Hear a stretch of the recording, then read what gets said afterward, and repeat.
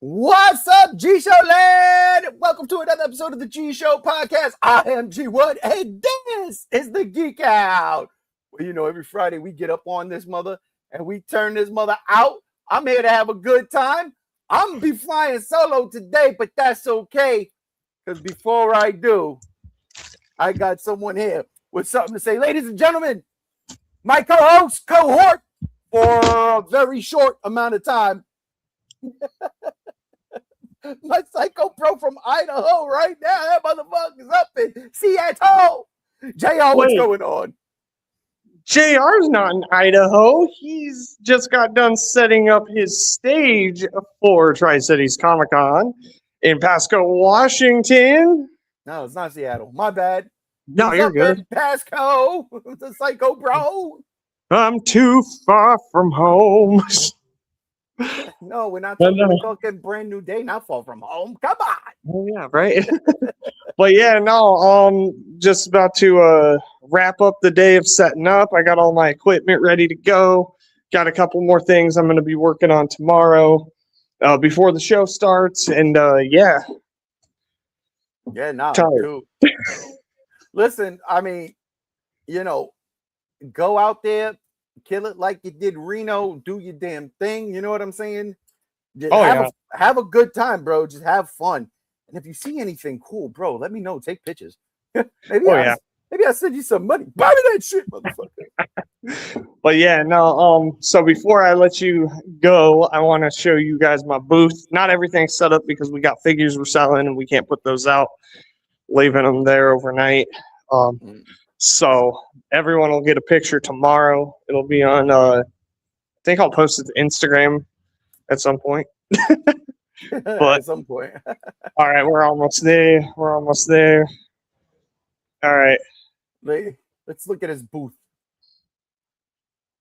Hey, now, look at this. Wait a minute. Somebody got fancy classy over here, bro. Come on. So. Okay. So if you guys are out here, come check out the booth. Come check out the panels. Come check it out, essentially, is what I'm saying. It's going to be a lot of fun. I got to pop off. I got to go check into the hotel.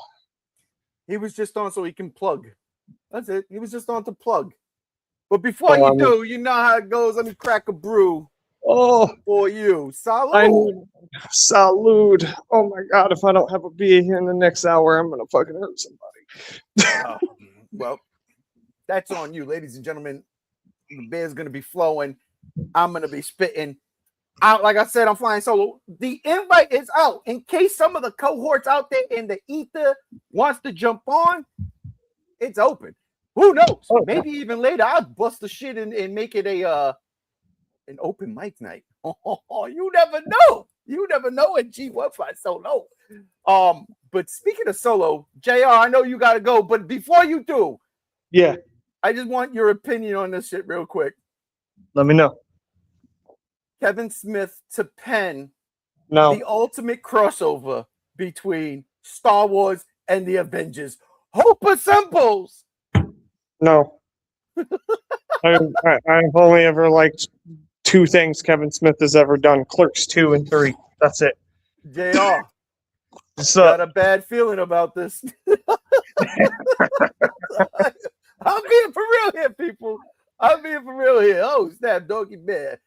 But listen, brother. I'll talk to you guys later. Have a good show. Have a good night, everybody. Take it easy. Maybe I could take these headphones off now. Who knows? You could. Nah, I'll leave them on. I don't know. Maybe it makes me feel good. All right, brother. Have a good show. I'll see you in the messengers. I think he left. Let's remove him anyway. Bam. All right. Ladies and gentlemen. I don't know how I feel about this. I do know how I feel about this. I don't want this. I don't want this at all. So let's go over this crazy. I don't know what Marvel's doing here. I mean, I know what they're doing. They're trying to get money, but Entertainment Weekly got the exclusive dropped before earlier this week. Star Wars and Marvel set first ever crossover with Kevin Smith pen comic event. I don't know. Key points: Star Wars and Marvel announced their first ever crossover. Kevin Smith writing 5-part limited comic book series, Hope Assembles, with art from David Marquez. That's cool. The heads behind Lucasfilm Publishing and Marvel Comics tease what's to come, calling the story exciting, unpredictable, and heartfelt. Well, you know what? There's nothing exciting about it. Unpredictable. We all know that Darth Vader is Luke's father. There's no unpredictable stuff to do. Stop it. I hate it. But let's get into the article. For the very first time, the worlds of Star Wars and Marvel will collide with an official crossover event titled Star Wars / Marvel Hope Assembles. The 5-part limited comic book series will launch in January 2027. Entertainment Weekly can exclusively reveal. Thank you, Entertainment Weekly. I'm pretty sure 1,000 of us has done this already, and I am just last in line. Figures like Chewbacca, Han Solo, Luke Skywalker, and Princess Leia will join. I wonder if they did that in alphabetical order. Nope. Anyhow, we'll join Earth 616, the primary continuity in which most stories of the Marvel Comics takes place, and mingle with the likes of Captain America, Black Widow, Spider-Man, and the Hulk. Meanwhile, Doctor Doom and the Marvel Rogues Gallery will join the likes of Darth Vader and the Galactic Empire. You know, I look at this cover here, ladies and gentlemen. I look at this big spreadsheet cover here, and I do not, for the life of me, see the only badass that should be in this damn comic, and that's Emperor Palpatine. Grand Moff Tarkin is there, but there's no Emperor Palpatine. So, yeah, automatically. But it kind of does look like this is taking place during A New Hope. I don't know. I don't know what Kevin Smith is going to do, but this epic pop culture collision will coincide with the 50th anniversary of Star Wars, created by filmmaker George Lucas, who was on this show actually a couple months ago. With the launch of the original movie in 1977, now known, Jesus, it's been known for fucking 30 years, this. Now known as Star Wars Episode 4, A New Hope. Shut up. Oh, God. Kevin Smith, the actor-director who wrote major runs of Daredevil, Batman, and Green Arrow, writes the new story. David Marquez of Uncanny X-Men and Ultimate Comics Spider-Man is the artist behind the comic, as seen in EW's exclusive first look at the cover design. Back in the early 80s, I had a subscription to Marvel Star Wars comics.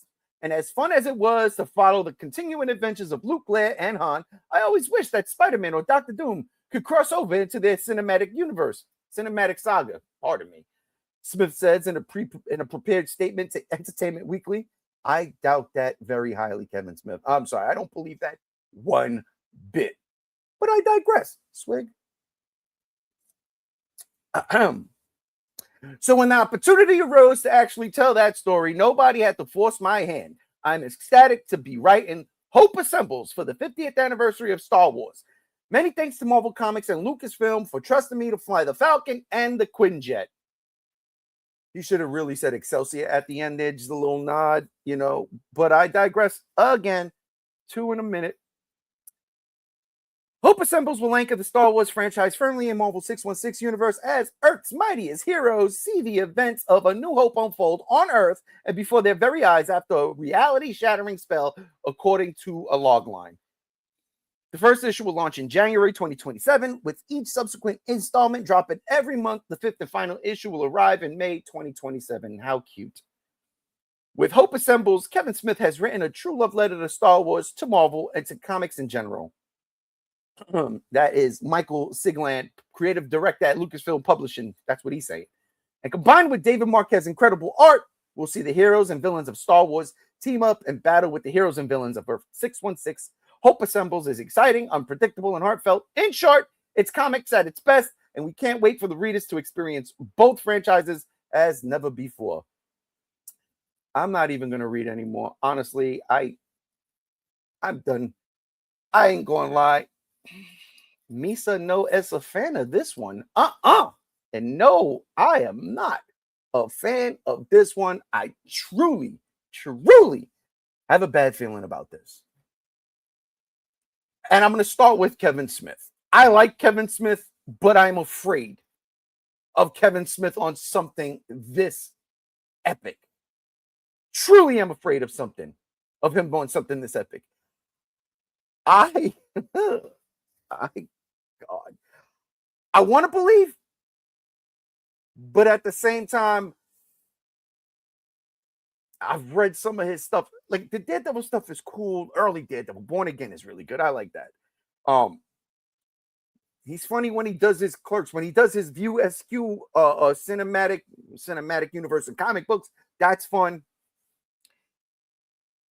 He already did Jay and Silent Bob Meet the Marvel Universe, which I own, never read. Or was it Archie? I think it was Archie. But I think he did both. I just don't know. I don't know. I know Kevin Smith loves Star Wars. I know he loves Star Wars. I love the fact that he loves Star Wars more than Lord of the Rings. I don't care what anybody says. He puts that in the movie. That's him talking directly to you. Yeah, but with Marvel, I don't know. And then the Avengers seeing the events of A New Hope unfold, like, what? I don't know. This one is a cash grab, like a humongous cash grab, and I'm really not feeling it. They could have done something bigger and better for Star Wars 50th, and it really didn't have to be comic books. I don't know. Let's say you just released the original theatrical run without the special editions in theaters or on Blu-ray for the first time before Sony cuts everything. Why don't we do that? For Star Wars 50th anniversary, I don't know, call me crazy, but for Star Wars 50th anniversary, why don't we just do that? I mean, come on. Re-release the entire line in the Black Series of figures, and let's go from that.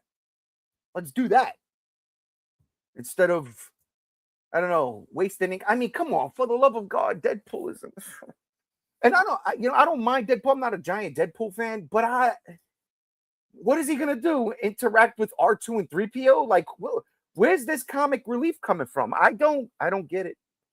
I don't get it. Is Spider-Man going to help Luke Skywalker swing across the chasm with Princess Leia's arm while the stormtroopers are shooting at them? I don't know. Yeah, just like, these are the things I'm bugging about. Will Captain America's shield be stronger than a lightsaber? Will it be able to deflect the lightsaber? Is vibranium stronger than a Kyber crystal's laser beam? I actually kind of want to see that now. If they explain that'd be dope. But yeah, I don't know. You know what would be really dope? If Kevin Smith went crazy Kevin Smith and had the Death Star blow up the Earth. Actually. That's Doomsday. The Death Star is the incursion, and every single Earth gets killed because of the spell that Doctor Strange, I'm assuming, wields. I mean, or Doctor Doom. Actually, it could be Doctor Doom. Absolutely could be Dr. Doom. Yeah, I don't know. Darth Vader, Stormtroopers, Grand Moff talking, no Emperor. Okay. No problem. You know, Thanos and Doom, the two big Avenger threats from the movies. Of course. Why not? I don't know. I mean, I'm serious. Who's the Hulk gonna fight? Who's it like?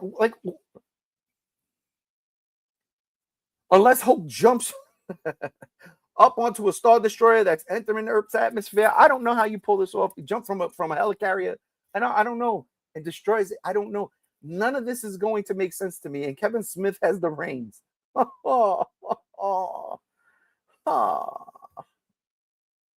Yeah.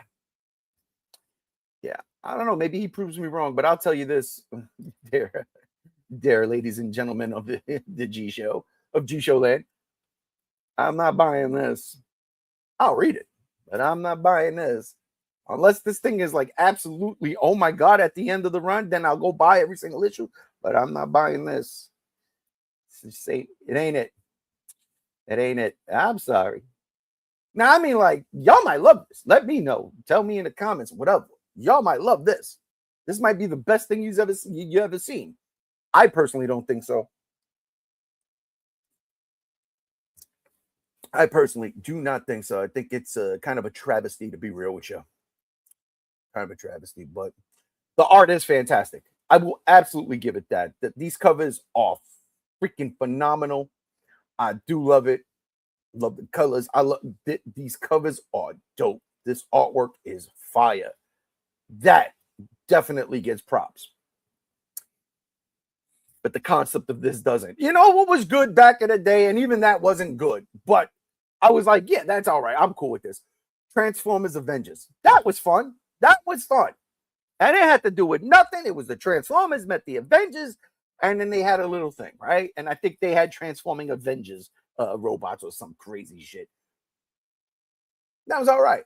But oh God, no, here we go. The Star Wars universe, A New Hope, is going to be interfered with from the likes of Dr. Doom and Thanos. Oh God. Look at Uncle Owen and Aunt Beru chilling with Hawkeye. I mean, come on, man. It doesn't. Oh, yeah. Deadpool and the Jawas. I just realized that. That's pretty funny. Why does Black Panther look like he's about to throw a Hadouken? I would not mind that, actually. That would be kind of freaking fun. Yeah, I don't know. G Show Land. This one ain't it. This one ain't it. But I tell you what is it. All right. I was supposed to have other people here, but it's all right. Things are happening today. That's why G1's going solo. Let's talk about Spider-Man Brand New Day. I know I've set my spiel about this, but I'm going to give a quick, I'm going to do another mini review, but this one, a little bit of spoilers, not spoiling the big things, but I love where it starts off. I love that it's 4 years later from Spider-Man No Way Home. I love that Spider-Man is in it. He's in, everybody knows him. He's getting the key to New York City. People love him. He's the hero we all want. He's the hero we want in the comics. He's the hero we want on the televisions. This is the Spider-Man we want, and he's doing it. Yet he still has that pain inside because he never, ever, ever told MJ and Ned who he was. He never went to them after the end of No Way Home, when he went and he says, "Can I have a cup of coffee, please?" So that's eating at him. And Tom Holland does this fantastic job with this movie portraying Peter Parker. What I really love is there's more Spider-Man in this. He's more in the suit than out of the suit. And when he's out of the suit, everything flows. It's just, this movie really does a good job, in my book, pacing. I enjoyed it. I had a lot of fun with it. Music, like I said before, was great. But we're going through all this, and then right off the bat, we get a sequence from Spider-Man, the video game. 100% ripped straight from the game. And I'm not mad at that at all. I actually love it. I actually love that you didn't even need to make storyboards. You just played the game and ran. Oh, that's actually a cool sequence. Let's run with that. Let's do this. Let's film that. I love it. I love it. Down to the tank. The damn tank looked like it's straight up out of that Spider-Man. It looked like it was straight up out of I think the Silver Sable DLC. It could be the normal one. I forget. I haven't played in a minute. So that's happening. You meet the Punisher now. Boom.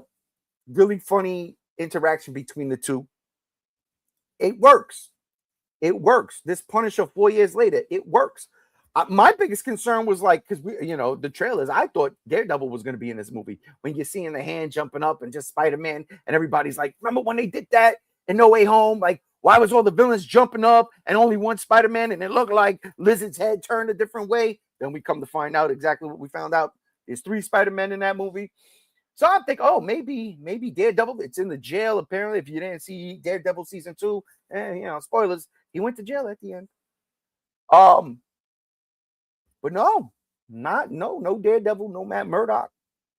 Okay. That literally was just Spider-Man kicking the hand's ass. Again, apparently. Okay. But yeah, so you've seen the trailers. Chases down the damn thing, stops the tank, it's heading to damage control. I think it's damage control. Yeah, damage control. And then all of a sudden it's possession hopping. There's an entity jumping into people. Boom, boom, boom, boom. And at the same time, Scorpion is being taken to, let's say, Rikers, because in my head I'm thinking of Blackgate, but that's because I just watched Batman, so that's stuck in my head right now. Belle Reve, I think it's Belle Reve. So they're taking him there. And well, Scorpion never got there. Apparently, the thing jumped and said, "Yo, go to someplace else." Anyhow, Spider-Man can sense this. Spider-Man sees it. The entity is like, "What the hell?" And then boom. So now Spider-Man, he goes to friends. He's got friends. Spider-Man has friends in high places. He goes to Brighton Beach, and here's the first spoiler of the day. I mean, the movie's now, this is the third week in a row that it's out. You meet Black Widow, White Widow, whoever Yelena is. I don't know. She's the widow. And she's chilling in a bathhouse, and she's like, "This is my office," and tiny potatoes. And this was great. Now, this was the first hysterical part of the movie for me, where I was gut busting laughing out loud because I was like, "Oh shit, they just nailed Spider-Man." She makes him get in the bath, right? And so Spider-Man's like, "I'm not taking a mask off," and it's awkward. He comes out and he's got the towel wrapped up, and then he takes it off and he's in his little drawers, right? It would have been funny if it was Spider-Man drawers. I would have lost it, but he wasn't. And he sits in the water and they start talking, and he's trying to get information about this. He's saying basically he wants information from her because she was mind controlled with the Widow program in the Red Room and all that from the Black Widow movie. And she's all like, "No, this is not the same thing, dude. This feels more like possession." And as they're having this conversation, Spider-Man kind of gets comfortable and leans back, and then it's like feet pop out of the water a bit. And it's just such a Spider-Man moment because she looks at him. He kind of look again. He's wearing a mask, but you read Spider-Man books, when it's funny. And it just had that moment, and he just like sits back up real quick. Theater laughed. I laughed. It was so funny because it felt like a Spider-Man moment, like something Spider-Man would absolutely do. I'm sitting here, I'm getting comfortable, feet went up in the water. It was funny.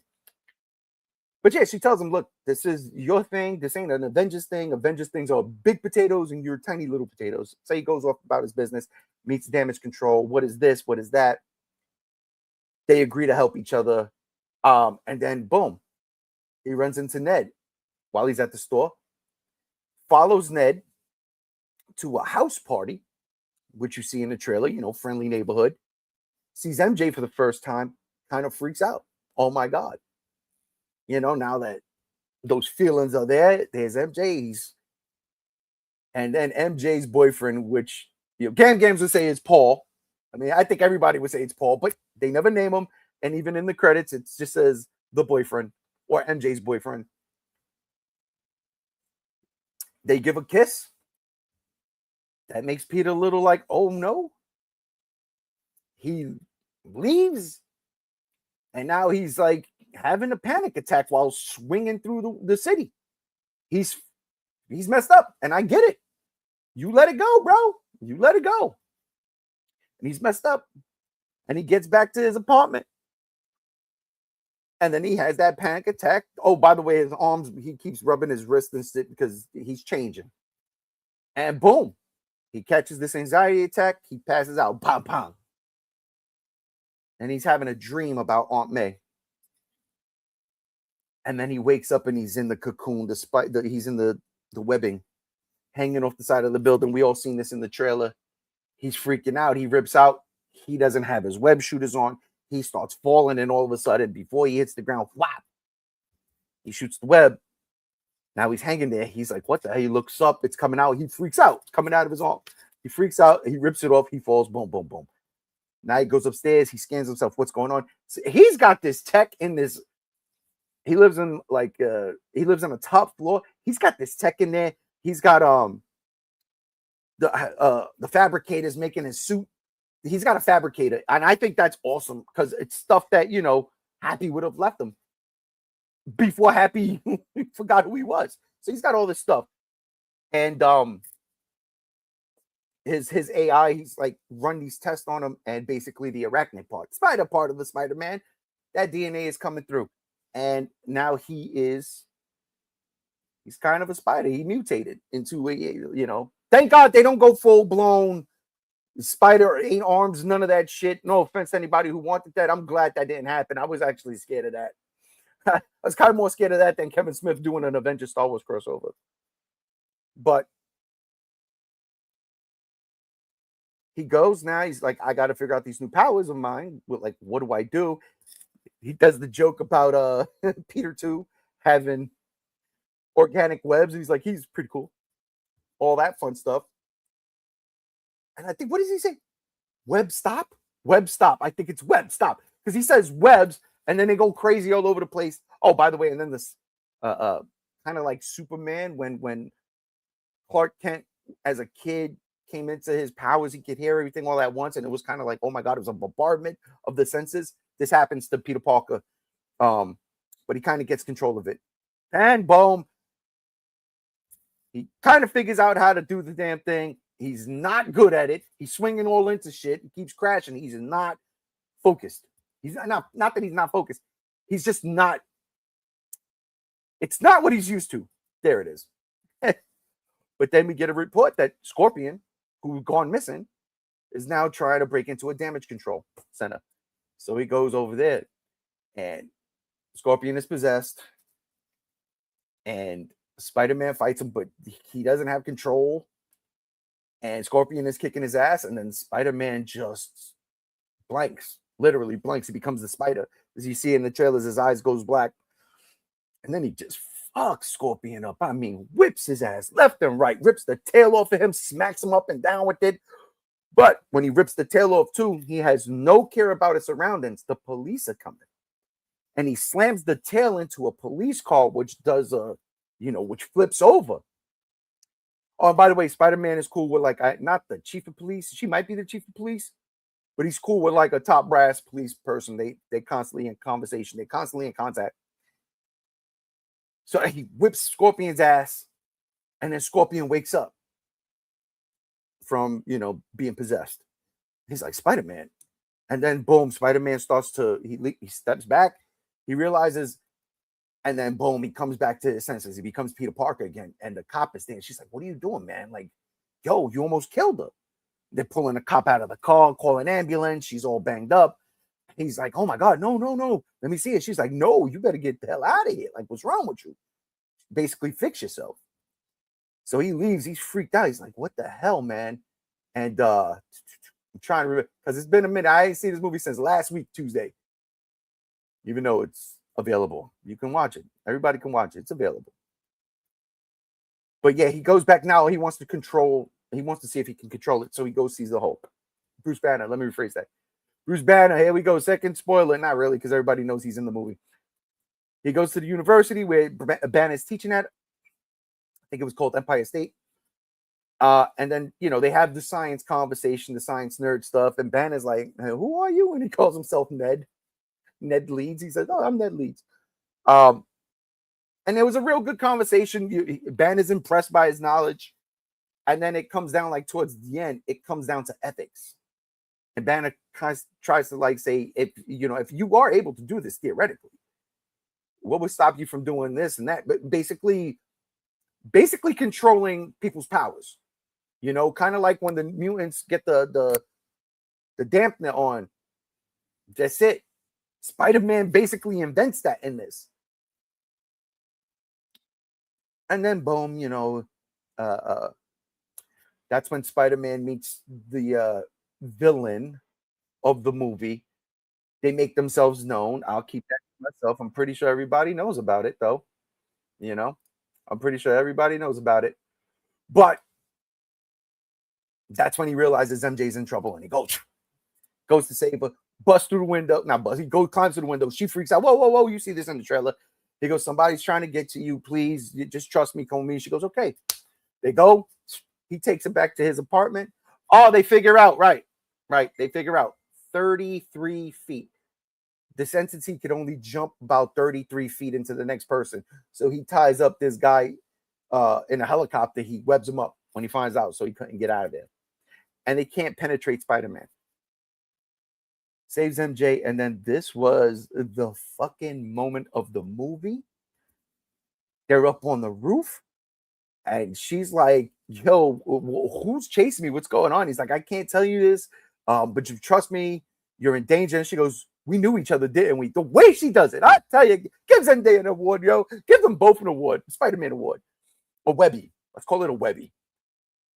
And he gets stuck. What? No. She was like, we did. She was like, I always found it weird that Spider-Man was there. You saved us a whole bunch of times. You were in France. You were at the Washington Monument, like basically going through all the movies.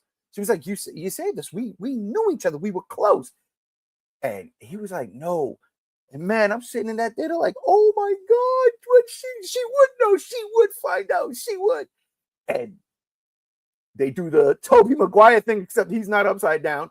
She pulls the mask up a bit and they kiss. And then she goes, Peter. And she takes the mask off. He starts crying. I'm damn near in tears. I'm sitting there like, whoa, holy shit, they did it. He found love. He found his love. She came back. And she's hugging him. And she's like, it's okay. He's like, I missed you so much. I missed you. And she's like, it's okay, Peter. Touch her. Oh, no, bro. I'm sitting there like, oh. Everybody, the whole fucking theater was like, what? The 3 times I've seen it in theaters, every single time, a loud, audible, what? And as the one and only Spider-Man said, oh, yeah, definitely was. Definitely was. And I love the fact that he said it, man, through them tears. And she's just egging him on like, you really thought Love's True Kiss was going to bring... Oh, everything. It was just wrong and raw. And the emotion coming off of fucking Spider-Man, Peter Parker. I mean, Tom Holland killed it. He straight up told her, yo, you are absolutely wrong for doing this. You're a monster, bro. Like, you can't be serious. And she keeps egging him on while she's walking backwards towards the edge of the roof. And he grabs, I forgot what she said, but he grabs her and the spider's coming out in him again. And then she says something, kicks off of him. She starts falling, smiling. That smile was vicious too. And then she jumps.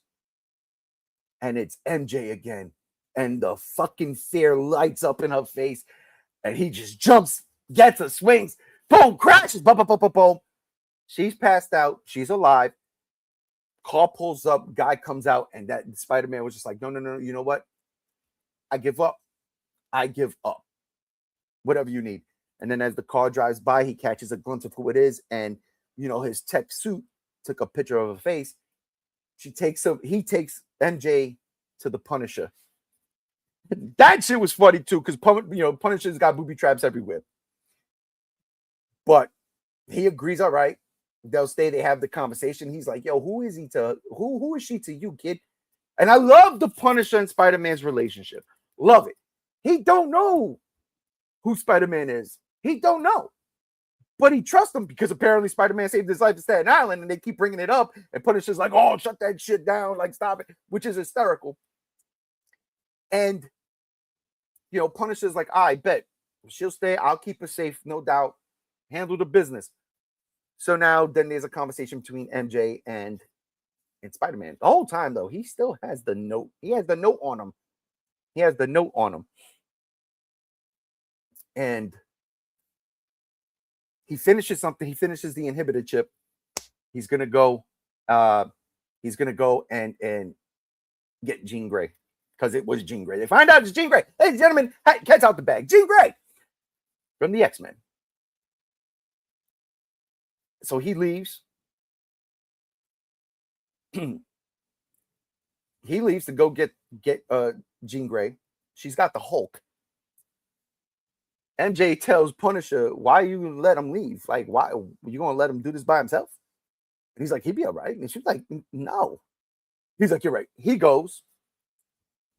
Then you have the whole situation there with the Hulk, which I thought was fantastic. This was probably my favorite Hulk battle in, well, no, because I do like Hulk Thor in the first Avengers. I really do. That's such a fun fucking fight. I do like Hulk versus, I'm lying. I like every fight Hulk's in. I'm going to be honest with you. I like every fight Hulk's ever been in, period. But this is probably one of my favorites. Because now you got Hulk possessed by Jean Grey, trying to break through the door, trying to find out what this VMAX thing is. which VMAX, beautiful. Trying to find out what this VMAX thing is, and Spider-Man comes in. He's got the inhibitor chip. I gotta get to her. She can't touch me, mentally. If I could get this on her, boom, shut her powers down. We could all go home and be happy. But the Hulk is there. So the Hulk starts fucking Spider-Man up. I mean, and some of the things I love too is like he does the Loki smash, boom, on that second go, Spider-Man slips out of his hand somehow. But I buy it. It makes sense. Slipped out of his hand. Now he's on his back. The Hulk's looking for him. All this shit was fun. But it was still Professor Hulk. Until he started getting his bell rung. And Punisher came. Punisher's doing his, he's fucking shooting this dude all over the place. I love you see the bullets just bouncing off of him. It's insane. And Frank Castle, John Barathol's like, he's all in. He's all in. He's like, yo, I am a mere mortal with an arsenal. He's not scared, but it's the fucking Hulk. So it's like, I love how this is all coming together. And he has little bomb things, right? Blinds the Hulk. Spider-Man webs him up, all this crazy shit, but he keeps getting his head, his bell rocked. And then Spider-Man basically goes, yo, go find this person, right? Go find a girl, but stay away 33 feet. Don't kill her. Don't kill her. Oh, because he goes, what are you doing here? This is my favorite line of the movie. I ain't gonna lie. Spider-Man's like, what are you doing here, Frank? He goes, the girl told me to come, help you. And he goes, wait, she did it? Without missing a beat. And I've been saying this shit at work constantly. School just started up again. So I'm at work and I'm just like, I can't help. He goes, are you blushing daffodil? I don't know why that's so funny to me, but it was hysterical. The delivery was great. But anyway, he tells Frank, go find a girl, stay away, don't kill her. And of course, he walks right into her. Boop. So now he's possessed. Hulk turns back into Bruce Banner. Bruce Banner's scared. Did I hurt anybody? Oh my God, I'm all right. And she's trying to get back into his head. And as she's doing that, it's making the Hulk mad. And then he turns into the Savage Hulk. And I mean, as far as height goes, I think this is like the biggest Hulk I've seen since Ed Norton. Ed Norton's Hulk was huge. And I loved it. And I love Spider-Man. I didn't think you'd get that big. And then that whole sequence was nuts. And I don't know, maybe somebody out there as old as me caught this nod. But as they're fighting, right? And now they're outside, right? And Spider-Man is webbing them to the wall. And he keeps going in and out, webbing them to the wall.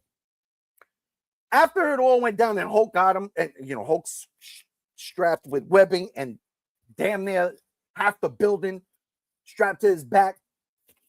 And he's beating Spider-Man up. He's got Spider-Man dead to rights, and he goes, oh my God, Bruce, it's me, it's your Peter, I'm your friend. And that right there, I think, snapped something in the Hulk and in Spider-Man, because Spider-Man knows he got his ass whipped. Spider-Man could verbatim tell me, no girl, no Banner, only Hulk. Savage Hulk was forcibly suppressed for 9 years and was so angry. You just know Hulk will never trust Banner again or work together again. I never thought about it like that, Spider-Man, but good God Almighty, you are 1000% correct. Amazing.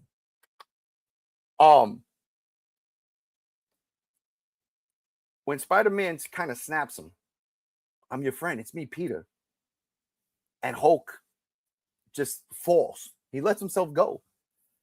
For me personally, it reminded me of the death of the Incredible Hulk. Remember? Anybody remember that? Am I the only one? He fell to his death. That's what I got. I was like, oh no, they killed the Hulk like they did in Death of the Incredible Hulk. That was just me though. I in my brain canon, it worked. But now Punisher's possessed. They break into the vault where she thinks VMAX is. The head honcho of damage controls in there. He even tells the people. He tells the guards. He goes, no lethal rounds. No lethal rounds. Don't kill her. Punisher goes in. He pulls the gun on the dude. The girl's looking for her sister. And Oh no, the girl's looking for VMAX. Still, the sister comes later. And then Spider-Man comes in, swoops in, whop, takes the gun out of Punisher's hand, puts the inhibitor chip on the back of her neck. She loses her power. She gets shot with the dart. She passes out, and right before she does, Sarah.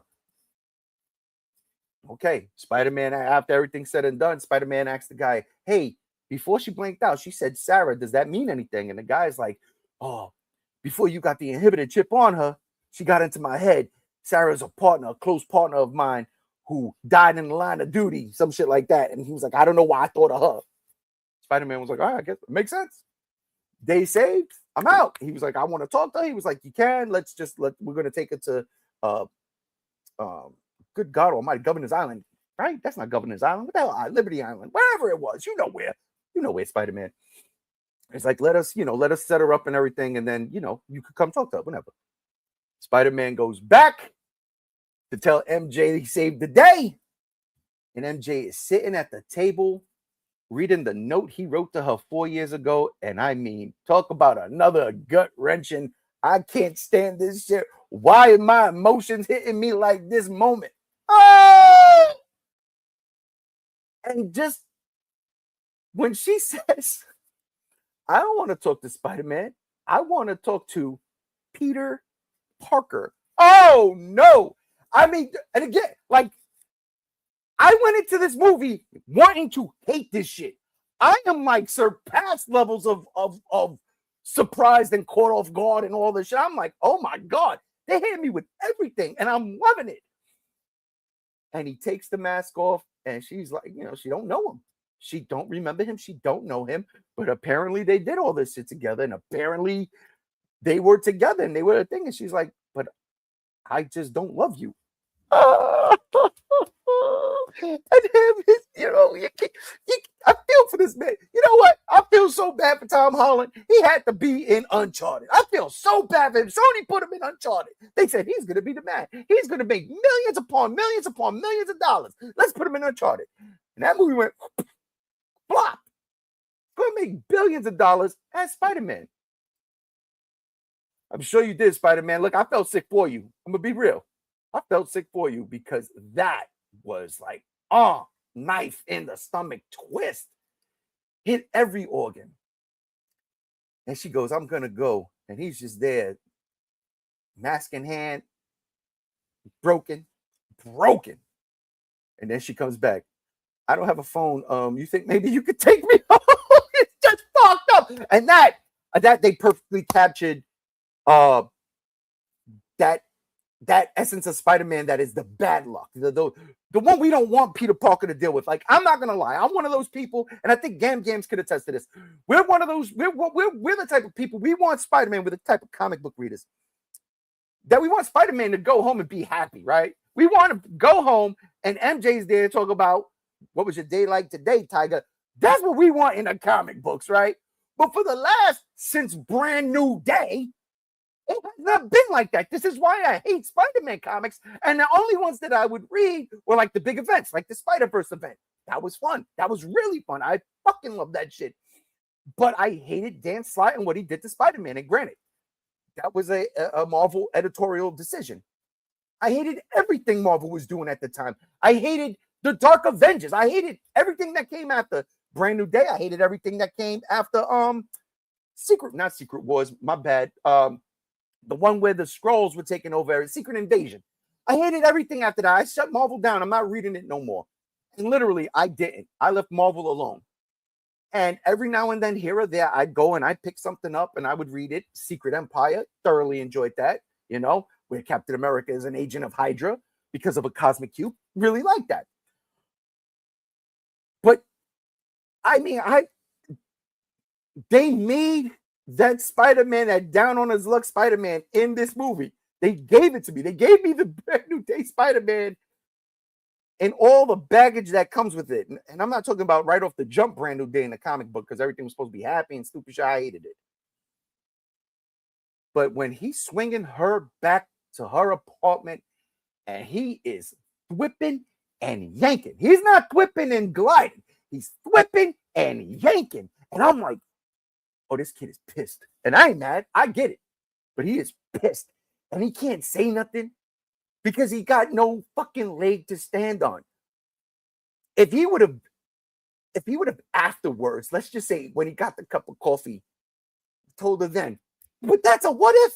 Maybe what if season 3 or 4, whatever they're up to, maybe they do that. Maybe they do that. That would be cool. What if Spider-Man did tell her? What if Peter Parker did tell her? Would she be in danger? Would she die? You know, everything he said. I lost someone very close to me. I had to protect y'all. I feel you, Spider-Man. That's Spider-Man in a fucking nutshell. And I love Batman. Batman's my guy. But Batman pushes away. Spider-Man wants to be loved. Batman's like, the only person to love me is the Joker. Stop it, Batman. Don't do that. He's swinging, yanking, gets to the apartment. People are like, oh my God, Spider-Man. And as she's going into the apartment and he's about to leave, she goes, hey, you want to come in? Want to come upstairs? Want to say hi to Ned? And he's like, I'd love that. And that right there, see, that's that thing I love about Spider-Man. Because, yeah, he is down. He's hurting. He's in so much fucking pain. Like pain, some of us can't even, begin to feel unless we went through something that fucking tragic or traumatic in our life. Where we thought we had something and we thought we had something good, and then just like that, it's gone. And he goes upstairs and he puts it all to the side, and he's Spider-Man.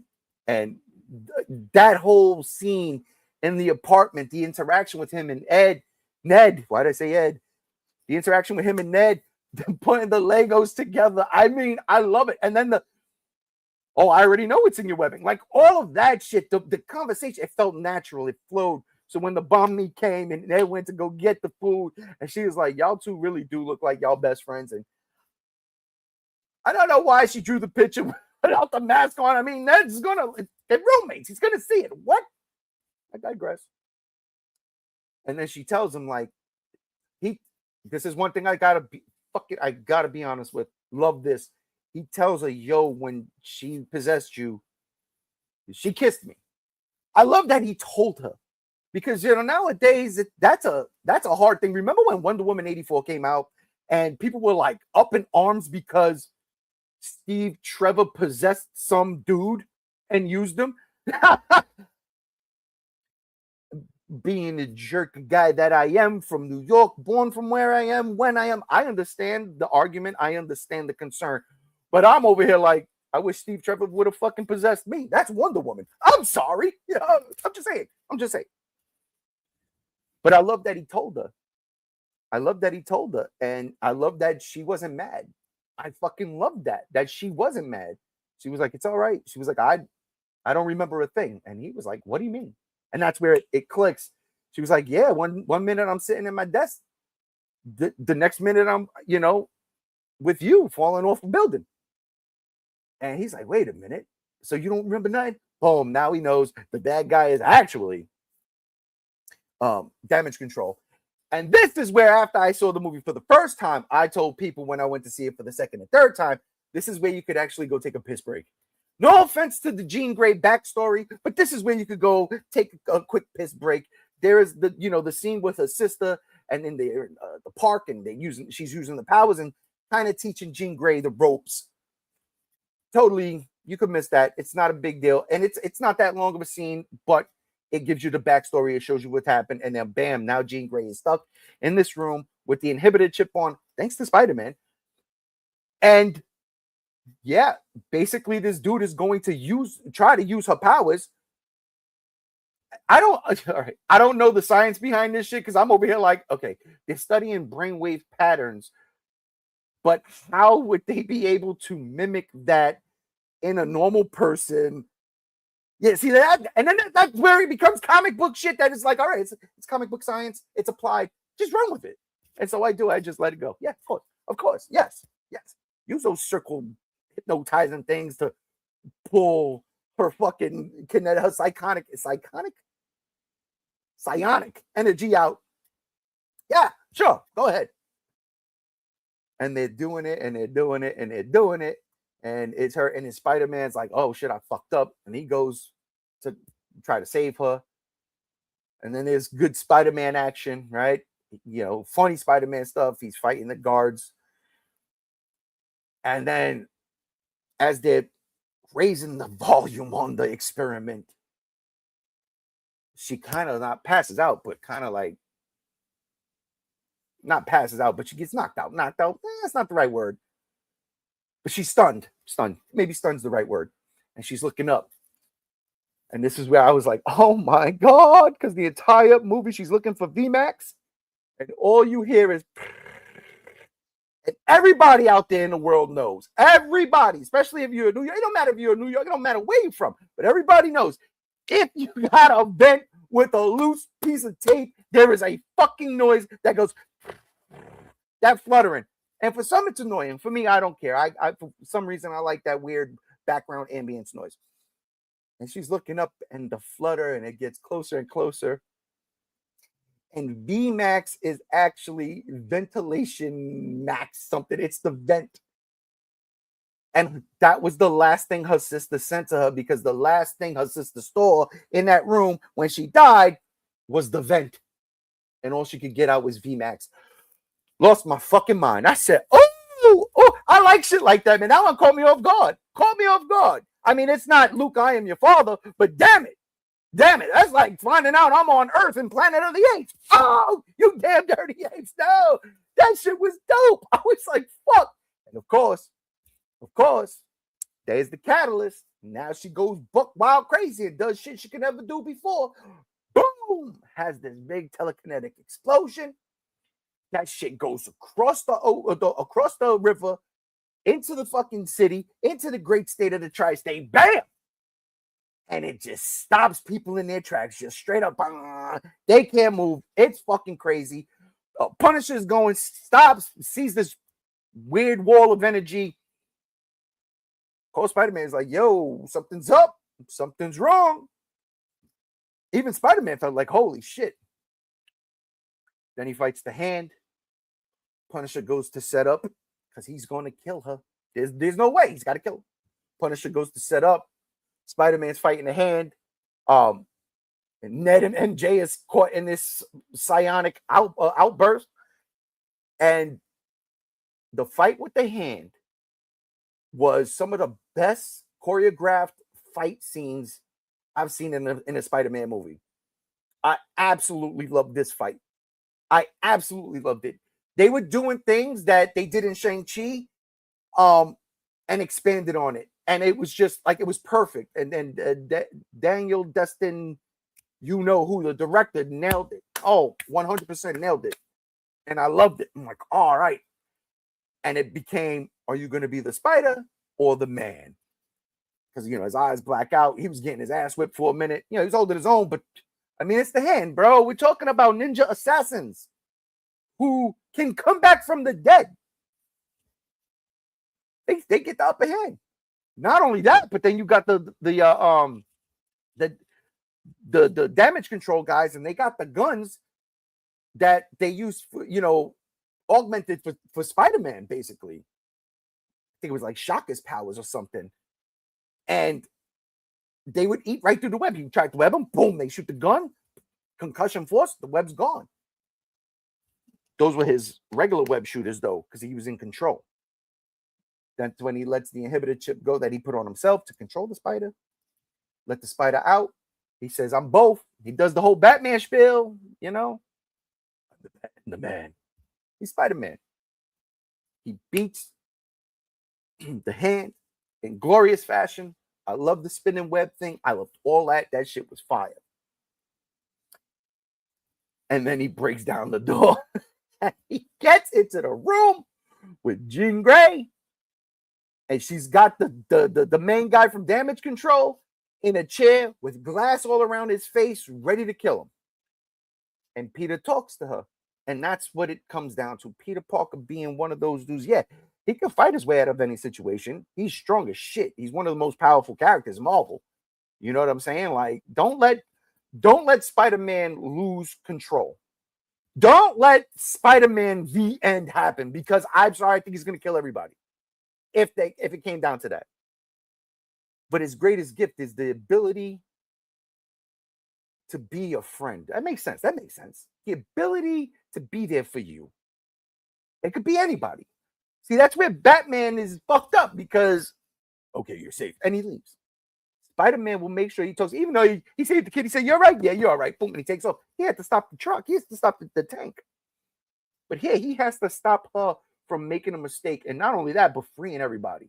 We don't know what that's going to do to people. And he just talks to her. And she was like, yo, I'm more powerful now. I'll get in your head. I'll get you. He's like, go ahead. He's like, I'll let you. So she goes into his head, and it goes back to the Aunt May. The Aunt May, it was like a story beat, right? In his dream, there was a conversation that they had when he first became Spider-Man, when she first found out he was Spider-Man. So let's say this is at the end of Spider-Man Homecoming. Let's say this is like right after the after credit sequences. It's within that week. And they have a conversation. And they had that conversation when he comes out of the web. Now they're having a conversation again, but it's with Jean Grey. She's talking to her. And it hits. It hits. And you really realize that this Aunt May, I mean, all versions of Aunt May, but this particular version of Aunt May, because I don't want to say younger, but she was younger, looked younger. But I mean, Marissa Tomei is in her 60s. Fabulous 60s, by the way. But she was hip. Now, hip is like a terrible word to use. She was down to earth. She got it. Marissa Tomei got it. She understood everything. She was an Aunt May in the street. Like, she just understood. And the conversation she has with Jean Grey, and then boom, Peter Parker comes, and then they talk in the dream, in his head, and they start having a conversation, and then boom, that Spider-Sense tingles, and you hear that gun go off, and you see that flash, and Spider-Man turns her around and gets hit with the Punisher's, I don't know, that was a huge caliber sniper rifle, because that shit had to go across from wherever he was at, across the Hudson, into the damn window to take her out. And he took the bullet. Spider-Man took the bullet. And he's like, you okay? And she's like, yeah, you okay? He's like, yeah, I'm fine. And then she sees the blood on her hand. And she goes, no, you all right? He goes, yeah. And bucket falls. And when that blood starts to pull behind him, I'm like, God, Jesus. Even my wife was like, oh my God, a lot of blood. And then bam, there's the Punisher rushing him into the hospital. There's the people holding vigil outside the hospital. There's the Punisher sitting outside the room. I mean, this was a really well put together sequence. I loved it. And then you see Jean Grey sitting at the park where her sister got kidnapped, breathing. Because she was in Spider-Man. She was still inside. She kept him alive. I thought this was fantastic. She kept him alive until he can heal, which we all know Spider-Man has a slight healing factor. And when she took that last breath and he woke up, and Punisher was sitting there, so sleeping there, and he woke him up, and he was, kid. And then, just that whole back and forth between the two, he finally seen who Peter Parker was, and he tells him, he goes, you're exactly how I imagine you to be. And Spider-Man was like, yeah, like what? He goes, like a good kid. And I was like, yeah, that's how the Punisher was saying, like a good kid. And then he's crying. Spider-Man, are you crying? He goes, oh, I'm not crying. No, I'm not crying. That was funny. Good laugh, good joke. And Punisher says, yo, when you're ready to get out of here, I got a way to get you out. And then Peter Parker walks out, straight out the door, hoodie on, just walks out into the crowd of people who are there to see Spider-Man. And all of a sudden, as he walks out, oh, look, it's Spider-Man. And everybody turns, and he turns, and there's the Punisher in the fucking window with the mask on. Throwing up peace signs. It's so good. It was so good. And he smiles, and everybody starts cheering, and the crowd goes wild. It's just like such a feel-good fucking moment, man. And then he looks over, and there's a little kid on his father's shoulders. And the little kid's got like a Spider-Man, I think he had a mask on, but it was like up. He has like Spider-Man jacket, and he looks at Peter Parker, and he throws a thwip at him. He thwips him. And Peter Parker thwips right back at him. Nods, the kid turns around and starts going, Spider-Man. And then it cuts to the Punisher again, He's doing some crazy dance, and then it cuts to him in the hospital room from behind. And this was the greatest part of the movie because he's going.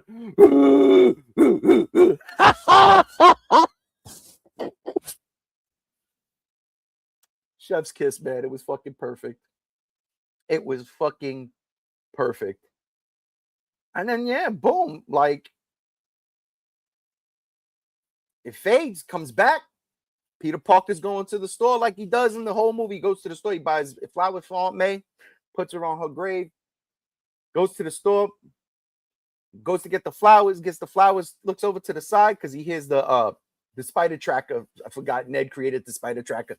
He hears the spider tracker. Whenever Spider-Man's around, that goes off. And he looks, and Ned's sitting there eating at the table. He goes to leave, turns around, he goes up to Ned, and he goes, "Hey, hi, I'm Peter Parker." And he goes, "Oh, I'm Peter." He goes, "Oh, hey, all right." And he shakes his hand, and right when they were going away, Peter goes into their fucking handshake. I'll tell you right now, I'll get a little emotional now. That one got me. That one got me. They do the handshake, and when they finish and pull off, and Ned looks at his hand and then looks up and goes, "Peter." Bro, I was instant. I was out there like this. I had my hat down. I'm trying to dig my face, backwards into the damn chair. 3 times this happened to me. That's impossible. I know it's coming. 3 times. That shit got me. I said, "Good God!" The movie goes off, and the theater just applauds. And I'm saying that like, I can't believe this. I haven't had that much fun in a fucking movie theater since the last Spider-Man movie. That's a fact. That's a fact. There's been nothing since No Way Home that I was cheerleading for as hard. And again, I wanted to hate this movie. I wanted nothing to do with this. As soon as the title was revealed, Brandon Dow was like, "Oh no, please God, no." Wanted nothing to do with it. And I've seen this movie 3 times, and more than likely I'm going to see it for a 4th or 5th time. And it is, I hate to say, I don't want to say it's the best Spider-Man movie I've seen, but it is definitely tied for first. We'll put it like that. Tied for first. It's tied for first. To me, it's better than Spider-Man 2. And Spider-Man 2 for a very long time was my #1 movie. I loved Spider-Man 2. It had everything, the heart, the connection, everything, the emotion. It was all there. But there was also a 35-year-old Tobey Maguire playing, like a 23-year-old. Sure. But that was it. That was Spider-Man in a nutshell. The secret sauce ending was whack.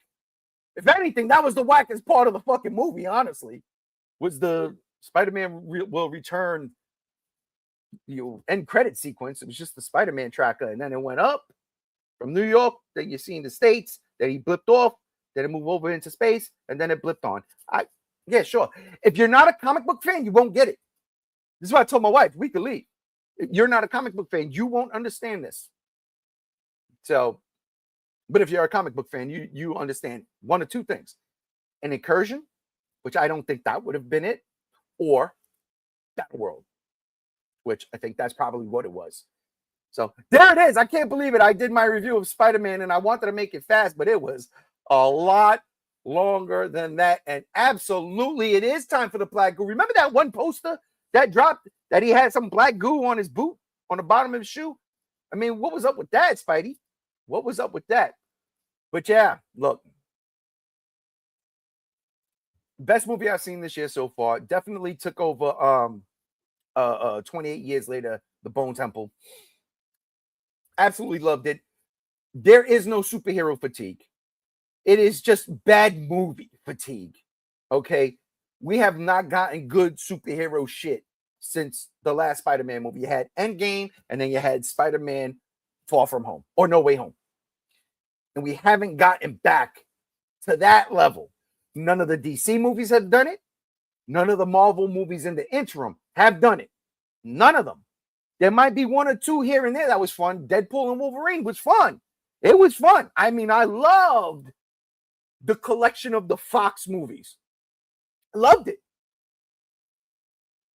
But it was a Deadpool movie. It was Ryan Reynolds as Deadpool at the end of the day. You're going to have your jokes. You're going to have the songs. You're going to have all this funny stuff.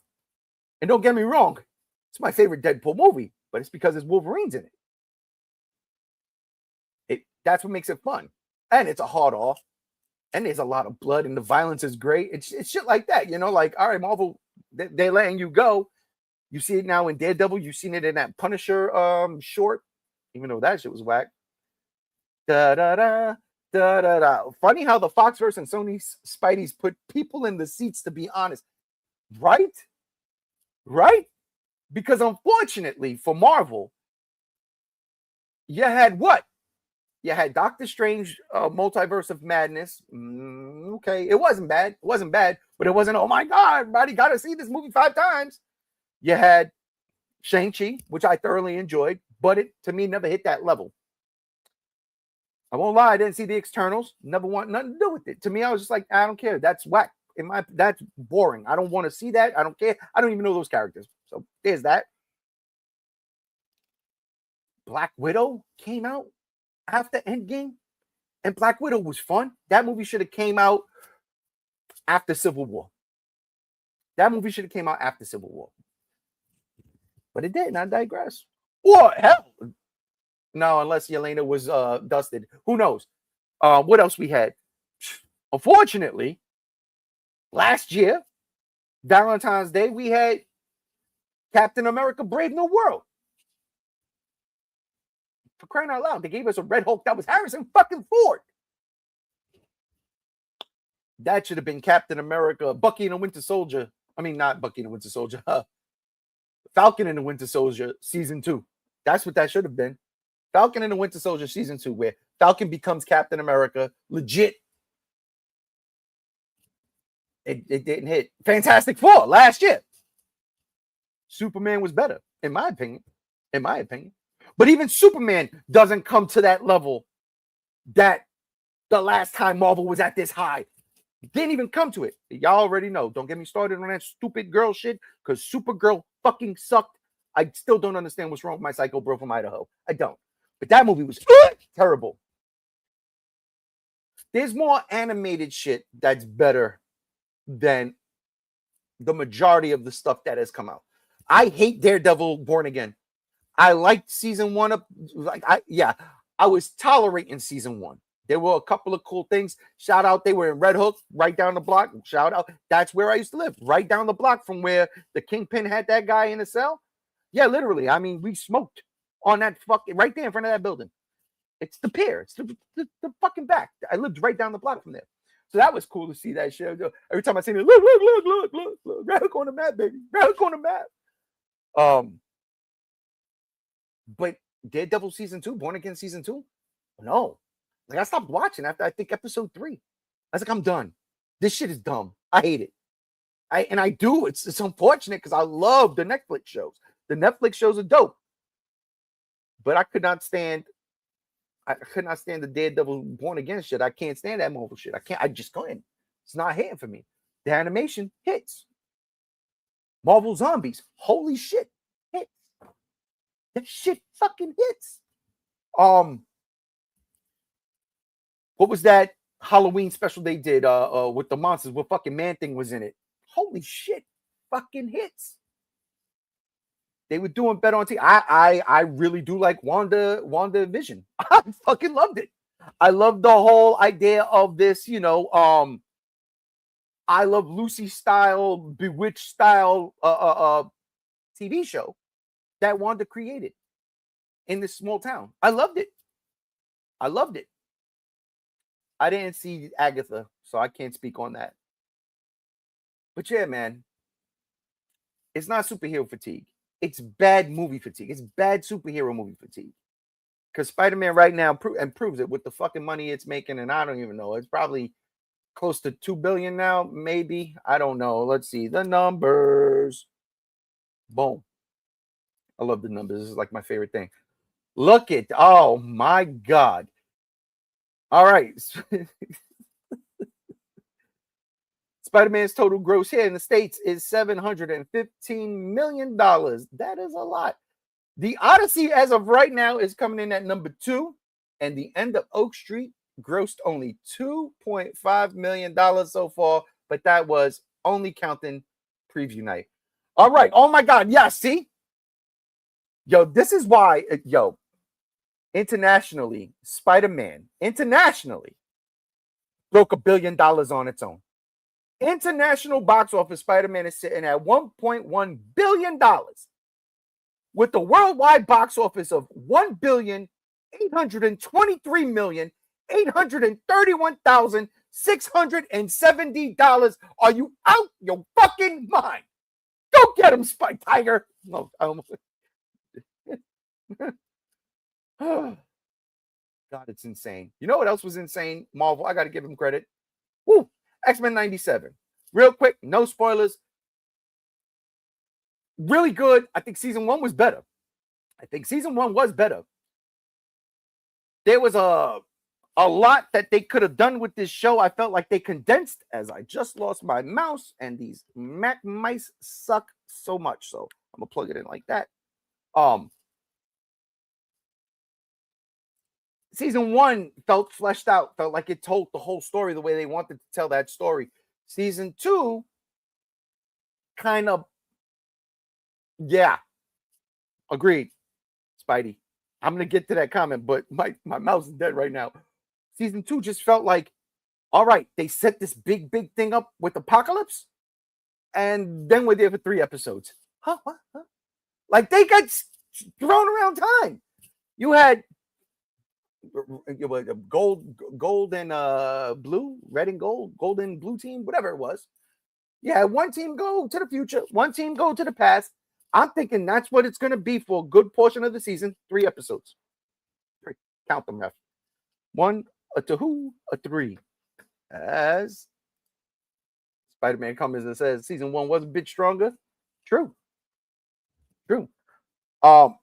I do like Morph though. There were a couple of things with the season I did like. For instance, that episode where that was another thing that pissed me off, ladies and gentlemen.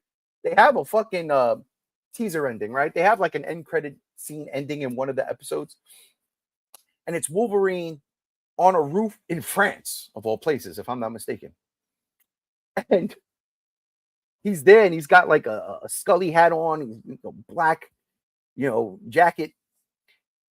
And Captain America shows up, and he's like, "I know what you're doing here, Logan. We're friends, this, that, and the third." And he's like, "Yeah, whatever. You know what I want." Something like that. I ain't gonna lie. At that point in time, I had more than a couple. So Captain America hands him a file, and he's like, "I don't know if you want to go down this hole."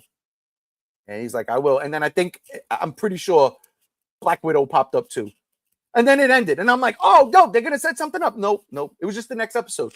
But I did like the beginning of this episode because it was it felt like the beginning of Predator when they're in the helicopter and they're having that fucking thing, and Jesse Ventura goes, "Get shit right here, make you a sexual Tyrannosaurus." But instead they had like, what was it, Weapon 11? I think it was Weapon 11. Kane.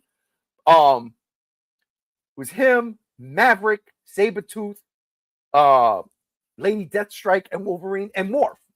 Morph was flying a helicopter. And that was funny to me. I had a fucking good time there. And then they go back to the Weapon X facility, and they all, for one way or another, was a Weapon X or Weapon something, I think, except for Morph. And yeah, they're going to look for the guy that, fucked them, basically.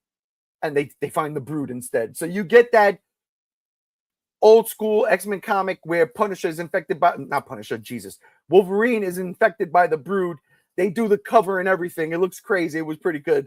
But yeah, and then morphs into all these cool ass characters, and I'm just like, I just want to see. I like when Morph does that. Outside of that, it was cool. I'm not gonna spoil the ending at all. I won't.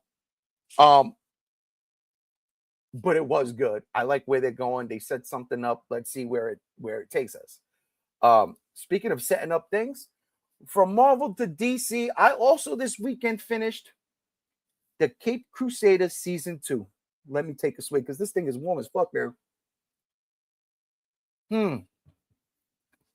Where shall I begin? I guess I'll begin at the beginning. It was 1992, Shani. And no, nostalgia is a bitch for me with this show. I love the animated series. I've always loved the look of the animated universe, right? The DC animated universe. Always loved that look. I always loved the Bruce Timm look. So when the Cape Crusader Season 1 came out and it had that Bruce Timm look, I was in. I'm a sucker for these old serialized noir-ish comics or not comics, locales. So this Gotham being like this is Batman's like beginning, and they brought it back to like that time, and it's just kind of like a fucking piece of time that's like immortal. I loved it. I fell right into it. This season gave me a moment where I felt like, I want a Dick Tracy show like this. Like it feels like Dick Tracy. The Riddler, what they did with the Riddler was fantastic. He wasn't a bumbling buffoon running around. Not that he's a bumbling buffoon, but he wasn't one of those villains of the week that he was leaving riddles for Batman to solve to come get him. They called him the Riddler because in Chicago, he riddled everything with bullets, thus gaining the name the Riddler. Okay. Yeah, I'm with it. I'm with it. He works for, not Falcone, good God almighty, but he works for one of those big Gotham boss heads. For the life of me, it's slipping my mind. He works for him. That dude's in jail, gets out of jail, and then disappears. So the Riddler's in charge. He's in charge of that gang. He's in charge of the gang, and he's crazy. He doesn't care. He wants to rob banks, rob jewelry stores, cause chaos, shoot people. That's his MO. That's all he wants to do. He does not give a fuck. And he gets taken to town a couple times. He gets away, but like I really liked what they did with the Riddler. Then you had, all these other characters in there. The Fair episode was really good. That's the one where that's the one that, because in the beginning I was like, all right, it's nostalgia, it's nostalgia, it's nostalgia, it's nostalgia. But the episode with the fear toxin, that's the one that fucking hit me like, and I go, there it is. This is now I feel it. Now I feel this story. Now I feel it. And it was because Batman gets hit with the fear toxin at the end. And I don't care. It's not a big spoiler. It's not really a spoiler. But it basically showed us what this Batman is afraid of. What is this Batman afraid of? Back in the animated series, when he got hit with the gas for the first time, he saw his father, and it was about failing them. He fails his mother, his father, his parents. And then you see, Thomas Wayne, and he turns into a skull, and all that. Batman goes crazy. Oh, he goes crazy. This one, I loved it. I loved it. He's fighting back the fear toxin as best as he could. And he's going, no. And then it shows him in a white room on a white slab in a white pajama. And he's old. And it pans and you see the window. And outside, Gotham is on fire. And I'm sitting there, I go, huh. And then old Bruce gets up. And I'm talking old, right? Like he's probably the end of Justice League Unlimited, the episode epilogue at the very end. He's like that old Bruce Wayne, where he couldn't even open up the pill bottle until he had to help him. He's like that old. And then he goes, fear. And he's walking to the window, old Bruce. And then he says it again, no. And the Scarecrow's egging him on. What do you fear? What is it? And he goes, fear. And then old man Bruce jumps out the fucking window, pulls like Batman and says, no fear. And then Batman gets up, no fear. Bah, bah. I lost it. You have arrived. You have arrived. I arrived at my destination. Fucking loved it. I fucking loved it. And then I thought I was done. I thought that was it. I thought we were going to get a couple of, filler episodes. No. Then it just kept going. Then it was the episode with Poison Ivy. Or I thought she was Poison Ivy. Works at a flower shop. Riddler comes to collect. The dad's the owner of the flower shop, former cop. Says something stupid to the Riddler. Riddler was like, ha, it's funny. That's why I like you. Walks out, comes back in, he goes, psych, and sprays the store up. Kills the father. The girl has a mental fucking breakdown. Has a breakdown. Goes into a fucking store, grabs a wig, becomes Poison Ivy. They call her Thorn at the end. And goes up into the club where the Riddler's at. And the Riddler already has a dame, right? He's got a dame. She plays the piano. She sings. She's jealous. And this girl just goes right at the Riddler and basically is like, I want you. She broke him. The father had told her, you know, before they came in, you need a strong man, because she had, I guess, just broke up with somebody who she loved and he left her. And he was like, you need a stronger man. And when the Riddler did that and she snapped, she saw the Riddler as, or Edward Nygma as the stronger man. And that's all I'm going to say about that. But I'll tell you, that episode was fucking fantastic. And that episode ended on such a fucking high note. And I'm sitting there like, how could this get better right now? And again, X-Men 97 has the better animation. The animation is smoother. It doesn't look like 90, like it doesn't look like it did back in the 90s. I couldn't stand that shit. X-Men 97, the animation is cleaner. It looks more anime. It's fluid. It's great. And you're getting Bruce Timm's style here. But it's more mature. It's adult themed. There's violence. There's gore. There's blood. There's death. I mean, fuck. There's an episode with Mr. Freeze, but it ain't Mr. Freeze, but it's Mr. Freeze. And he freezes people, literally. He turns people into frozen statues. And a piece of the statue breaks off on one of their heads, and the brain's all exposed. And I'm just like, oh, shit, that's crazy. But I think the star of the show for me was the seeds they were planting with the Joker throughout. And then when the Joker finally shows the fuck up. And I'm a Joker fanatic. That is my favorite fucking villain of all time. It's the Joker. And when this Joker shows up, I'm like, time out. Because this Joker is not laughing. This Joker is not smiling. This Joker doesn't have a weird voice. To some. This Joker is not vaudevillain. That's the wrong word. He's German. He's a German. And he has this like monotone voice. And it's downright scary. And everything he was saying, I was feeling. And I'm like, he means it. Like, he absolutely means it. He absolutely means it. And what I love the most, because he does some Joker shit, right? It's the Joker. There's Joker toxin involved. There's zombies. Look, it's crazy, man. It gets wild. And I love it. I mean, Joker zombies? Yes, please. Yes. I think that's straight out of fucking the Three Jokers when they kept trying to recreate new Jokers. But what I love the most is when he finally meets Batman. When they finally meet face to face, the Joker kind of lights up, but not in the way that, you know, people make fun of it, like, oh, he loves him and shit. No, he sees a partner in crime, like, yo, we can rule together. Basically, he was giving him the Darth Vader spiel, like, join me, we'll overthrow the Emperor, we'll rule the galaxy. But he calls Batman brother, and it's like so deliberate. And I'm sitting there like, yes, call him brother. Holy shit, what? This is amazing. I don't know why it turned me the fuck out, but it turned me the fuck out. I'm be real. Turned me the fuck out. Loved it. Fucking loved it. And yeah, the way it ended, the way the season ended, I can't wait. I really want to see where they take it. I want to see what else they do. It's fun. The animation, I get it. It's not everybody's cup of tea. And for real, this season felt not rushed.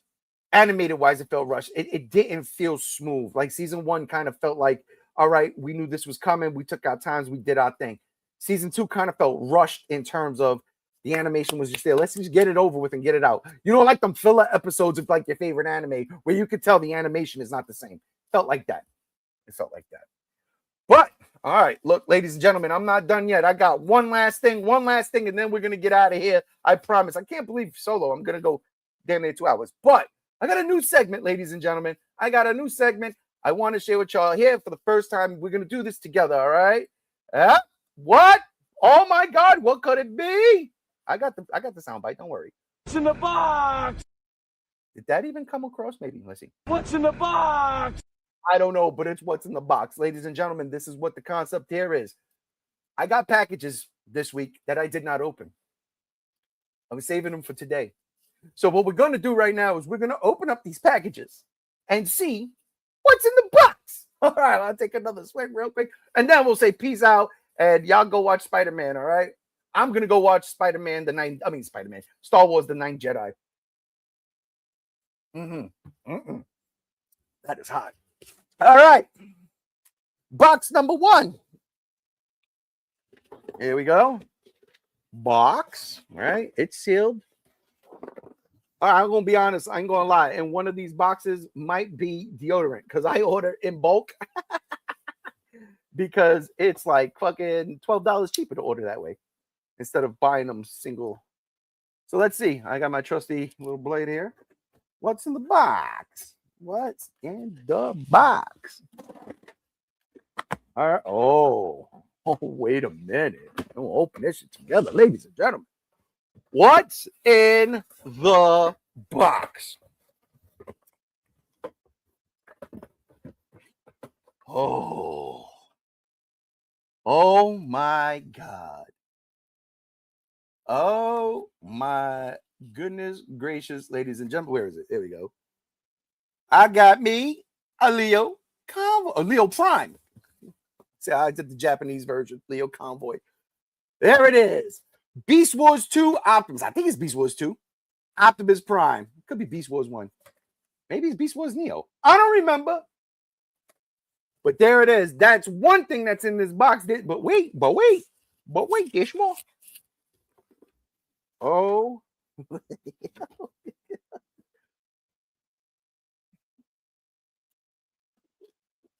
Laser Optimus Prime. You've got to be joking. You've got to be joking. Look at this thing, bro. Oh my God. Are you kidding me? Are you kidding me? Look at that. Look at that truck mode. It's got a tanker, bro. It's got a tanker. Oh, I can't lie. I kind of fell in love with that tanker look. I did. All right. So, Leo Prime, Laser Optimus Prime. What else is in the box? That's the deodorant. All right. That's box 1. That's box 1. Here's box 2. I had 3 boxes in a bag, so stay tuned. Oh. As Spider-Man comes in and swings through, says, Beast Wars! Yo, Beast Wars, honestly, I hated that show in the beginning. And then my buddy was like, you know, Megatron turns into a dragon that spits fire. I go, shut up. No, he doesn't. He goes, he does. He gets the original Megatron spark and infuses. I go, you're making it up. I have that Megatron. I bought it. I've had it for like 20 years now. But he wasn't lying. And then when I saw the episode with the G1 characters, I was like, okay, I'm going to watch the show. I'm hooked. All right. Oh, also, bam, G2 Prime. Yes, G2 Prime. But what's in this box? We shall find out together. What's in the box? Let's see. Does this even come over? Now it doesn't want to do it. Okay. Fine. Let's see. What's in the box over here? Don't cut my hand. All right. Oh boy. I'm excited. I can't believe it. New segment, ladies and gentlemen. What's in the box? G1 Solo. Oh my God. Oh my God. It's another box. It's another box. We have to open this box. Oh my God. Masterpiece 17. What are we doing here? All right, let's open this box. Oh my gosh. Oh, you got to be you have got to be kidding me. Oh my God. Oh no, I ripped the box. What a jerk. Oh my God. Get rid of this box. It's empty now. Oh my God. Oh my. Oh, oh, come on, man. Look. Oh, oh, I can only show you what's in the box. I'm not taking it out of the box. Not just yet. But come on, man. Come on, man. Oh, my God. Oh, my God. So what are we up to? That's a 3 count of primes, right? G1, what could you be doing? Oh, my God. Hold up. Yo, you don't understand. Like, I fell in love with this thing. When I seen this shit for the first time, I was like, oh, no. I need to own this guy. And he was a pretty penny, I'm not going to lie. After everything, it was like almost $250. But I ain't mad. Because this guy is bananas. Oh, Optimus. Sing to me when I take a swing. Spider-Man swinging through. Well, that's just pride. You have no idea. All right. Get to the third box. No. All right. I had another box. But my wife made me open that box. I wanted to open it here. I didn't know it was in there. But my wife made me open the box. So I have it sitting right here. I'm going to show you what was in the box. I'll be right back. Hang on. Woo. Oh, you know it. Let's go next. Yeah. Oh, peep the fit, son. Oh, sorry. Couldn't help it. My wife ordered this for me right after the finals. That shit was sold out until August. I said, don't matter as long as I get it. Da-da-da. That's right, Spider-Man.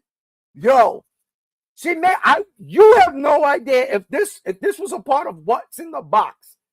And I would have known. And I would have opened this shit live. I would have busted out. I'd have been dead. I tell you, dead. But yeah, thanks to Mrs. G1, the hat, the fit. Let's go next. Now, I don't know what to do with this. I might vacuum seal it. I might wear it like once, twice. That's about it. I work at a school. I'm going to wear it. I'm going to let these people know. Champion con Tyson. That's it. But I got to put, you know what? I'm going to leave it on. I'm going to leave it on. Let's see what's in the other box. Box number 3. Okay. Box number 3. As you can see, it's still sealed. Let's go. What could it be? All right. Who wants to guess what's in this box?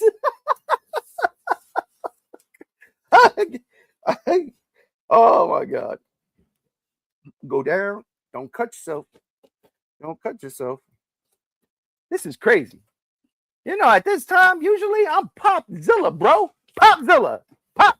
I'm still working on my first tall boy. My wife's going to love that. Because then she's going to make me watch, because now I got the hat. She's going to be like, well, now the hat came in. You could come watch the show with me and buy the show. I didn't open this box fully yet. See, it's still sealed, so I still don't know what's in there. But you know what? The show she's talking about, referring to is, I hate to admit this, Married at First Sight. And that's like, why? But I'm addicted to this one particular season. I don't never watch the shit. I was just upstairs washing dishes and she had it on. And I got invested in one of the couples. I was like, hold up, I got to see how this ends because she definitely don't like this guy. And all he does, he likes her. But anyhow, so she might make me watch 3 episodes that came out yesterday. Son of a bitch. But what's in the box? Let's find out together. Oh my God. Oh my God. Oh. Wow. Wait a minute. Wait a minute. Is that Optimus Primal from Big Woods? What? Is that Rat Trap? Come on, man. What? Check this. This is what really got me. Well, oh, I'll just do it that way. Netflix. It's the Wolf of Cybertron. Now I'm gonna tell you something.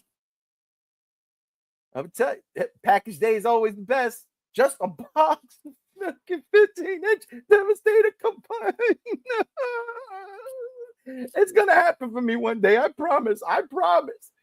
Bravo! Yo, so I went crazy kind of trying to get this guy. I didn't know that this was a 2-pack. I just wanted an Optimus Primal. I just wanted an Optimus Primal. And all they had were like the small, real, like the kid ones. And I'm like, I don't want that. Not for what I'm trying to do. And if it wasn't that, then it was the Rise of the Beast version. And I'm like, yeah, it works for what I want to do, but I don't want that. I want Optimus Primal. I want Optimus Primal from Beast Wars. And boom, Spider-Man Sweet Thing. You did good. You were picking the best prize. Oh, wait, it gets better. So I found this. I couldn't believe it. I was like, oh my God, this is a real thing.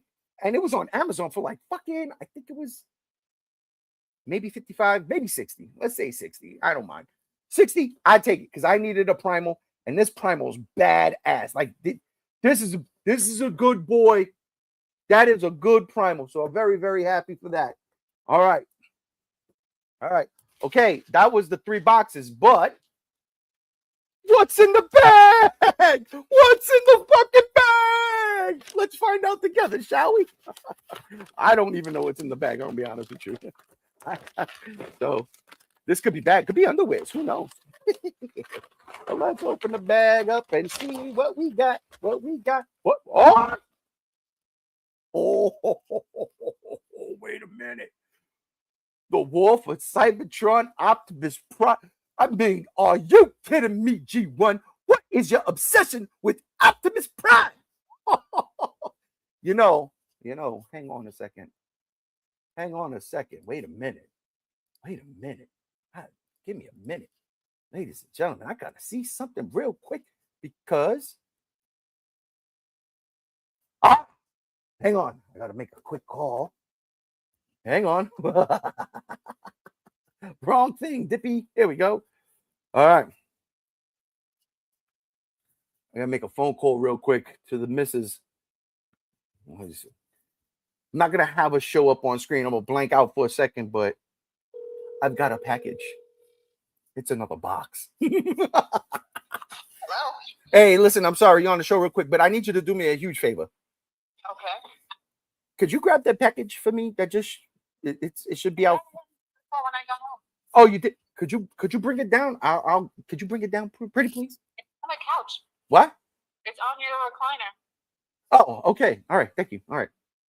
Okay. You want me to go grab it, or you gonna go get it? I'll go grab it. Ladies and gentlemen, it's right there. I'll be right back. All right, bye. Love you. See ya. All right. Don't go nowhere. Let's see what's in that last box. What was in this one? Oh, yeah, right. Wolf of Cybertron Prime. I needed this guy because I really, really do like these games. I love these games, actually, and I've always liked this Prime design. It's a Prime design. You know what I'm saying? But this one's good. But I shall be right back. Don't go nowhere, ladies and gentlemen. My couch is right there, right out front of my door. So I'm going to grab this box. I'm coming right back. Hang on. What's in the box? Oh, wait, I'll put the music on. There we go. Oh, I can't even go down. It won't even let me go down. Unbelievable. All right. Oh, there it is. All right, G1's back, ladies and gentlemen. What's in the box?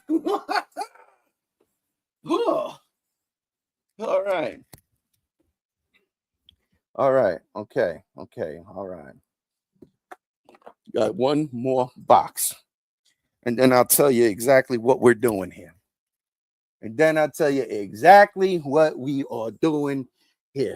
Here's the box.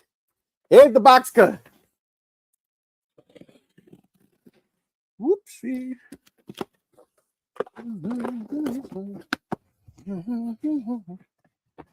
Oh, what's in the box? Oh, wait a minute. fuck is this guy?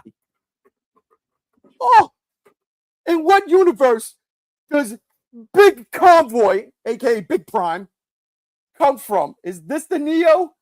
Is this Beast Wars 2? I don't care. Look at this guy. He's fucking woolly mammoth. And he's Optimus fucking Prime. I mean, come on. This shit right here. I love. Oh my God. Look at this thing, man. Come on, man. Oh. Bro. Oh shit. He's Age of the Primes? Wait, I didn't even peep that. Is he supposed to be like a super prime? Like a what? Oh. This guy I seen in Target. They want like $54. The box is all beat up, torn. I'm like, I'm not buying that. Something's loose in here. That's all right, because I'm gonna unleash this bad boy later today. But wait, there's one more there is. Huh. Look at this. The VNR Optimus Prime. What is this shit? The 37th anniversary. I forgot what it's called, but this is what he looks like. Oh, the glare is crazy.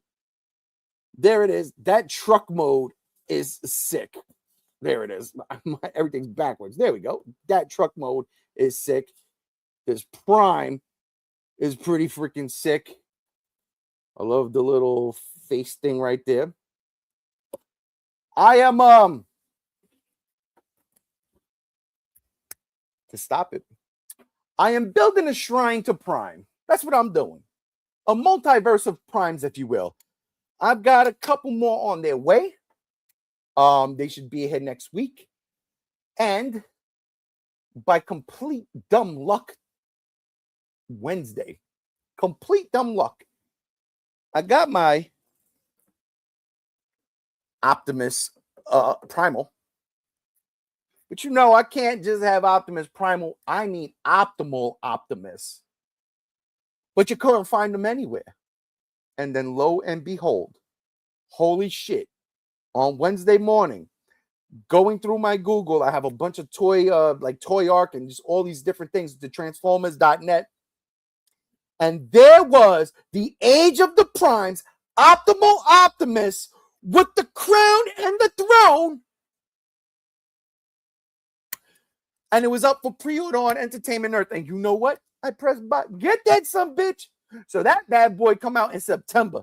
I hope it's not on my wife's birthday. Oh, because that would be awkward to get me a gift on her birthday. But I've done it before, so it doesn't really matter. I know what that feels like. It's just a week sleeping in the doghouse. It's fine. But that's what I got. I got that coming, and then there is one more Optimus coming, and it is, I forgot, but it looks like he has speakers here. It's definitely not from Armada. I want the Armada Prime. I didn't watch Armada. I wasn't a big fan of it when it came out, so I was like, I'm good. But the cohorts, the co-hosts, Gam Gams and Rob, they swear by that show. And I respect their opinions. I really do. And we talk Transformers a lot, the three of us. So, but the figures are dope. And that Armada Prime is fucking fire. But it was also 130. And I'm like, I just spent about 4 and change on Optimus Prime. I think right now I'm good. But that was it, ladies and gentlemen. That's what was in the box. And I hope this becomes a running segment. I hope I'm able to get the co-host, the cohorts, to join me in this type of fun. I really, really do. Oh, wait. Spider-Man. I had no idea Optimal Optimus is being made. Pre-ordered now. I vouch for Armada 2.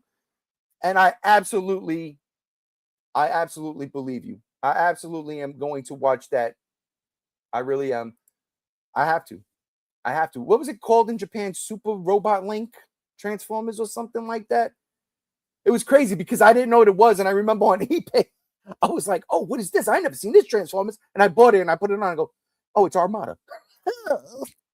Go G1.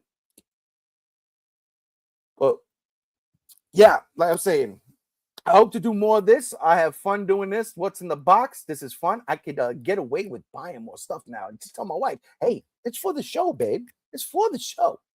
And we'll see where that goes, though. Again, maybe sleep in the doghouse again.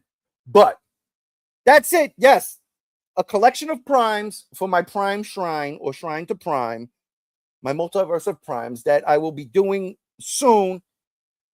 I don't know where I'm putting it, but I'm putting it somewhere. But that's it. And I can't wait. I could actually, I'm broke. And Uncle Todd keeps putting out fucking DC figures like it's okay. It's not okay, Uncle Todd. You can't put out Harley Quinn, comic book Harley Quinn. I need her, so I pre-ordered her. Thank you, GameStop. And then show me, and then have Atrocitus and a Red Lantern with 2 changeable heads and a damn cat. You can't do that. You can't do that, Uncle Todd. You can't do that. And then today drop the Green Lantern Corps with Sinestro leading it in a Green Lantern suit and like 3-4 other fucking. You can't do that, Uncle Todd. All right. All I need from you is that absolute Batman, and then we call it a day. Speaking of calling it a day, ladies and gentlemen, I had such a blast here. I can't believe I went an hour talking about, well, not talking about reviewing Spider-Man, giving a spoiler review. I apologize. I'm sorry. But I do want to thank y'all for being here. I want to thank JR. Have a good time, brother. Be safe and enjoy out there at Tri-Cities. Spider-Man, thank you for being here, bro. I appreciate you very, very much, son. Love you too, brother. And everybody out there in G-Show Land, my co-hosts, the cohorts, I hope whatever y'all doing tonight, you're having a good night. I hope everybody's feeling good. Happy Friday. And on that note, ladies and gentlemen, I can't. And on that note, ladies and gentlemen, I am G1 and I am out of here. Mwah. Peace. And it won't. There we go. Now let me end.